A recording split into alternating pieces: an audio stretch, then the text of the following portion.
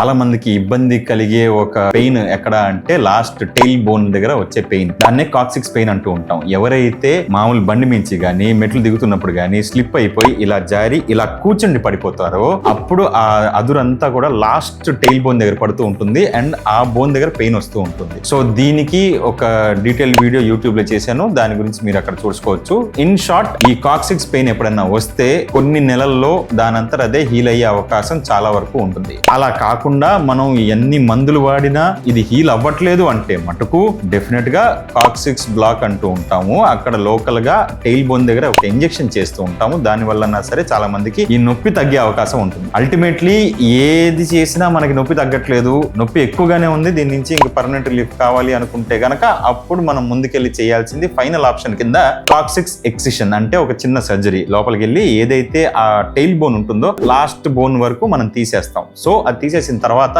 కూర్చున్నా అది తగలదు కాబట్టి నొప్పి అనేది అంతలా రాదు అని మాత్రం చెప్పగలుగుతాం. For more such spine related content, please do follow our channel.